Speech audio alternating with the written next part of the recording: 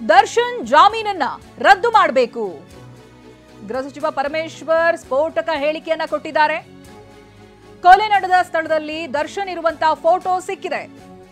Photo ಕೋರ್ಟ್ಗೆ ಸಲ್ಲಿಸಿ bale ರದ್ದು ಮಾಡಬೇಕು ಅಂತ ಬೆಂಗಳೂರಿನಲ್ಲಿ ಗೃಹ ಸಚಿವ ಡಾಕ್ಟರ್ ಜಿ ಪರಮೇಶ್ವರ್ ಹೇಳಿಕೆಯನ್ನ ಕೊಟ್ಟಿದ್ದಾರೆ. ಮುಂದಿನ ಕ್ರಮ ಆಗಬೇಕು ಅಂತ ತನಿಖೆ ಆಗ್ತಾ ಇದೆ. ಎಫ್ಎಸ್ಎಲ್ ರಿಪೋರ್ಟ್ಗಾಗಿ ಹೈದರಾಬಾದ್ಗೆ ಕಳಿಸಿದ್ದೆವು. ಹೀಗಂತ ಈ ವಿಚಾರವಾಗಿ ಗೃಹ ಸಚಿವ ಡಾಕ್ಟರ್ ಜಿ ಪರಮೇಶ್ವರ್ ಹೇಳಿಕೆಯನ್ನ ಕೊಟ್ಟಿದ್ದಾರೆ. ಒಂದ್ ಕಡೆ ಎಫ್ಎಸ್ಎಲ್ ರಿಪೋರ್ಟ್ ಕೈ ಸೇರಿ ಆಗಿದೆ, ಅಡಿಷನಲ್ ಚಾರ್ಜ್ ಶೀಟ್ ಕೂಡ ಸಲ್ಲಿಕೆಯಾಗಿದೆ. ಅದರ ಬೆನ್ನಲ್ಲೇ ಹೋಮ್ ಮಿನಿಸ್ಟರ್ ಒಂದು ಹೇಳಿಕೆಯನ್ನ ಕೊಟ್ಟಿದ್ದಾರೆ. ದರ್ಶನ್ ಆಪರೇಷನ್ ವಿಳಂಬಕ್ಕೆ ಗೃಹ ಸಚಿವರು ಆಕ್ಷೇಪವನ್ನ ವ್ಯಕ್ತಪಡಿಸಿದ್ದಾರೆ.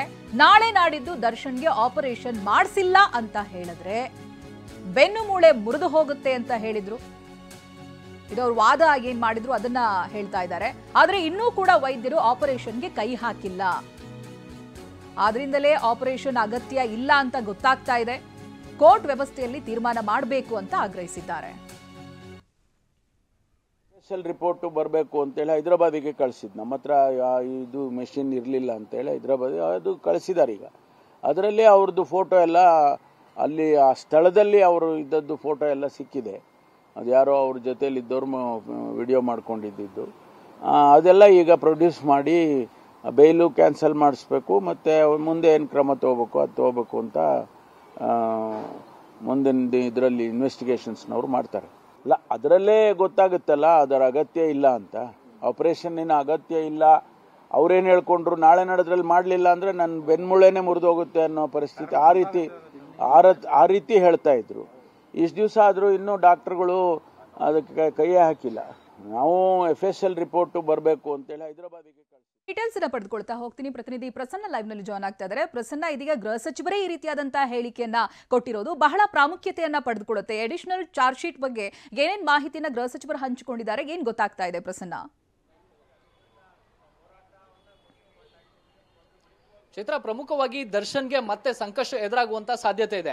ದರ್ಶನ್ ಬೇಲ್ ಮೇಲೆ ಹೊರಗಿರುವಂತದ್ದು ಪ್ರಮುಖವಾಗಿ ಆರೋಗ್ಯದ ಕಾರಣವನ್ನ ಕೊಟ್ಟು ಅವರು ಹೊರಗಿದ್ದಾರೆ.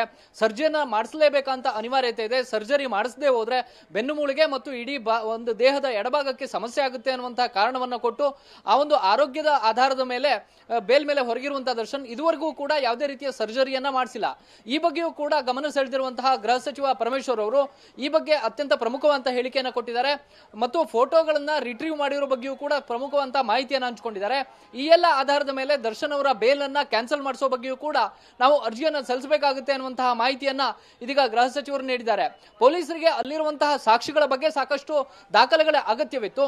ಫೋನ್ ಅನ್ನ ರಿಟ್ರೀವ್ ಮಾಡ್ಕೊಳ್ಳೋದಕ್ಕೆ ಇಲ್ಲಿ ಕರ್ನಾಟಕದಲ್ಲಿ ಬೇಕಾದಂತ ಸೂಕ್ತವಾದಂತ ಇಕ್ವಿಪ್ಮೆಂಟ್ ಇರದಂತ ಕಾರಣಕ್ಕೋಸ್ಕರ ಪೊಲೀಸರು ಇದನ್ನ ಹೈದರಾಬಾದ್ಗೆ ಕಳಿಸಿದ್ರು. ಹೈದರಾಬಾದ್ಗೆ ಕಳಿಸಿದಂತ ಸಂದರ್ಭದಲ್ಲಿ ಸುಮಾರು 8 ಫೋಟೋಗಳು ರಿಟ್ರೀವ್ ಆಗಿದ್ದಾವೆ. ಆ ರಿಟ್ರೀವ್ ಆಗಿರುವಂತಹ ಫೋಟೋಗಳಲ್ಲಿ ದರ್ಶನ್ ಆ ಖುದ್ದು ಮರ್ಡರ್ ನಡೆದಂತಹ ಜಾಗದಲ್ಲಿ ಹಾಜರಿದ್ದ ಅನ್ನೋದಕ್ಕೆ ಬೇಕಂತ ಎಲ್ಲ ಪುರಾವೆಗಳು ಸಿಕ್ಕಿದ್ದಾವೆ. ಆ 8 ಫೋಟೋಗಳಲ್ಲೂ ಕೂಡ ದರ್ಶನ್ ಇರುವಂತದ್ದು ಸಾಕ್ಷಿಯಾಗಿ ಸಿಗ್ತಾ ಇದೆ. ಇದನ್ನು ಕೂಡ ಇದೀಗ ಪೊಲೀಸರು ಹೆಚ್ಚುವರಿ ಚಾರ್ಜ್ ಶೀಟ್ ಅನ್ನ ನಿನ್ನೆ ಕೋರ್ಟ್ಗೆ ಸಬ್ಮಿಟ್ ಅನ್ನ ಮಾಡಿದ್ದಾರೆ.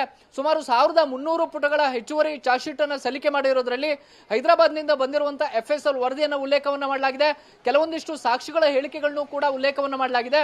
ಮತ್ತು ಕಿಡ್ನಾಪ್ ಆದಂತ ರೇಣುಕಾಸ್ವಾಮಿ ಕಿಡ್ನಾಪ್ ಆದಂತಹ ಸಂದರ್ಭದಲ್ಲಿ ಯಾರು ಚಾಲಕನಾಗಿದ್ದ ವಾಹನದ ಚಾಲಕ ಆತನ ಫೋನ್ ಅನ್ನು ಕೂಡ ರಿಟ್ರೀವ್ ಮಾಡಿದಂತಹ ಸಂದರ್ಭದಲ್ಲಿ ದರ್ಶನ್ ಸ್ಥಳದಲ್ಲಿ ಇರುವಂತದ್ದು ಖಚಿತವಾಗಿರುವಂತಹ ಕಾರಣಕ್ಕೋಸ್ಕರ ಇದೀಗ ಆ ಎಲ್ಲ ದಾಖಲೆಗಳನ್ನು ಕೂಡ ಹೆಚ್ಚುವರಿ ಚಾರ್ಜ್ ಶೀಟ್ ನಲ್ಲಿ ಪೊಲೀಸರು ದಾಖಲನ್ನ ಮಾಡಿದ್ದಾರೆ. ಮತ್ತು ಇದನ್ನ ಕೋರ್ಟ್ಗೆ ಪ್ರೊಡ್ಯೂಸ್ ಮಾಡಿ ಬೇಲ್ ಅಪ್ಲಿಕೇಶನ್ ಅನ್ನ ರಿಜೆಕ್ಟ್ ಮಾಡೋದಕ್ಕೆ ಮತ್ತು ಬೇಲ್ ಅನ್ನ ಕ್ಯಾನ್ಸಲ್ ಮಾಡಬೇಕು ಅನ್ನೋ ಬಗ್ಗೆಯೂ ಕೂಡ ಇದೀಗ ಪೊಲೀಸರು ಕಾನೂನಾತ್ಮಕವಾದಂತಹ ಒಂದಷ್ಟು ನಿರ್ಣಯಗಳನ್ನ ತೆಗೆದುಕೊಳ್ಳುವಂತ ಸಾಧ್ಯತೆ ಇದೆ. ಇದರ ಜೊತೆಗೆ ಇಡೀ ಪ್ರಕರಣದಲ್ಲಿ ಕೇಳಿ ಬಂದಂತಹ ಮತ್ತೊಬ್ಬ ಹೆಸರು PSI ವಿನಯ್ ಅವರಿಗೆ ಸಾಕಷ್ಟು ಬಾರಿ ದರ್ಶನ್ ಜೊತೆಗಿದ್ದಂತಹ ಹಲವಾರು ಮಂದಿ A1 ಆರೋಪಿಗಳಿಂದ ಹಿಡಿದು ಪ್ರತಿಯೊಬ್ಬರು ಕೂಡ ಕರೆಯನ್ನ ಮಾಡಿದ್ರು. ಪದೇ ಪದೇ ಕರೆ ಮಾಡಿದ ಬಗ್ಗೆಯೂ ಕೂಡ ವಾಟ್ಸ್ಆಪ್ ಕಾಲ್ ನಲ್ಲಿ ರಿಜಿಸ್ಟರ್ ಆಗಿತ್ತು. ಸುಮಾರು 122 ಬಾರಿ ಕರೆ ಮಾಡಿ PSI ವಿನಯ್ ಜೊತೆಗೆ ಪ್ರದೋಷ್ ಸೇರಿದಂತೆ 3 ಮಾತುಕತೆಯನ್ನು ಕೂಡ ಮಾಡಿದ್ರು. ಈ ಬಗ್ಗೆಯೂ ಕೂಡ PSI ವಿನಯ್ಗೆ ತನಿಖಾಧಿಕಾರಿಗಳು ನೋಟಿಸ್ ಅನ್ನು ಕೊಟ್ಟು ಅವರ ಹೇಳಿಕೆಯನ್ನು ಕೂಡ ಪಡೆದುಕೊಂಡಿದ್ದಾರೆ. ಯಾವ ಸಂದರ್ಭದಲ್ಲಿ ತಾನು ಪ್ರದೋಷ್ ಅವರನ್ನ ಸಂಪರ್ಕ ಮಾಡಿದೆ ಮತ್ತು ಅವರಿಂದ ಏನೇನಾಯ್ತು ಅನ್ನೋ ಬಗ್ಗೆಯೂ ಕೂಡ ಇದೀಗ PSI ವಿನಯ್ ಅವರು ಸ್ಪಷ್ಟವಾದಂತಹ ದಾಖಲೆಗಳ ಹೇಳಿಕೆಗಳನ್ನ ಕೊಟ್ಟಿದ್ದಾರೆ. ಅದೆಲ್ಲವನ್ನು ಕೂಡ ಚಾರ್ಜ್ ಶೀಟ್ ನಲ್ಲಿ ಇದೀಗ ಉಲ್ಲೇಖವನ್ನು ಮಾಡಲಾಗಿದೆ. ಜೊತೆಗೆ ಈ ಸರ್ಜರಿಯ ಬಗ್ಗೆ ಪೊಲೀಸರು ಅತ್ಯಂತ ಗಂಭೀರವಾಗಿ ಕೋರ್ಟ್ ಗಮನ ಸೆಳೆಯುವಂತ ಸಾಧ್ಯತೆ ಇದೆ. ದರ್ಶನ್ ಅವರು ಬೇಲ್ ಪಡೆಯುವಂತಹ ಸಂದರ್ಭದಲ್ಲಿ ಕೊಟ್ಟಂತಹ ಕಾರಣಗಳೇ ಬೇರೆ, ಅವರ ಪರ ವಕೀಲರು ವಾದ ಮಾಡಿದಂತ ರೀತಿ, ದರ್ಶನ್ಗೆ ತಕ್ಷಣ ಸರ್ಜರಿ ಆಗದೆ ಹೋದ್ರೆ ಎಲ್ಲೋ ಒಂದ್ ಕಡೆ ಅವರ ಇಡೀ ಆರೋಗ್ಯಕ್ಕೆ ಸಮಸ್ಯೆ ಆಗುತ್ತೆ, ಅವರ ಬೆನ್ನು ಮೂಳೆ ಮುರಿದು ಹೋಗಂತ ಪರಿಸ್ಥಿತಿ ಬಂದಿದೆ ಅನ್ನುವಂತ ಮಾತನ್ನ ಹೇಳಿದ್ರು. ಇದೀಗ ಈ ಎಲ್ಲ ಕಳೆದ 3-4 ವಾರಗಳಿಂದ ದರ್ಶನ್ ಗಮನಿಸಿದ್ರೆ ಆ ರೀತಿಯ ಸರ್ಜರಿಯ ಪ್ರಕ್ರಿಯೆಗಳು ಎಲ್ಲೂ ಕೂಡ ಕಂಡು ಬಂದಿಲ್ಲ. ಇದೆಲ್ಲವನ್ನು ಕೂಡ ಕೋರ್ಟ್ ಗಮನಕ್ಕೆ ತಂದು ಅವರ ಬೇಲ್ ಅನ್ನ ಕ್ಯಾನ್ಸಲ್ ಮಾಡುವಂತ ಅಥವಾ ಬೇಲ್ ರಿಜೆಕ್ಟ್ ಮಾಡಿಸುವಂತ ಕೆಲಸವನ್ನ ಮಾಡಬೇಕು ಅಂತ ಹೇಳಿ ಗೃಹ ಸಚಿವರು ಹೇಳಿಕೆಯನ್ನ ಕೊಟ್ಟಿದ್ದಾರೆ. Chaitra, okay, thank you Prasanna ಮಾಹಿತಿಗಾಗಿ.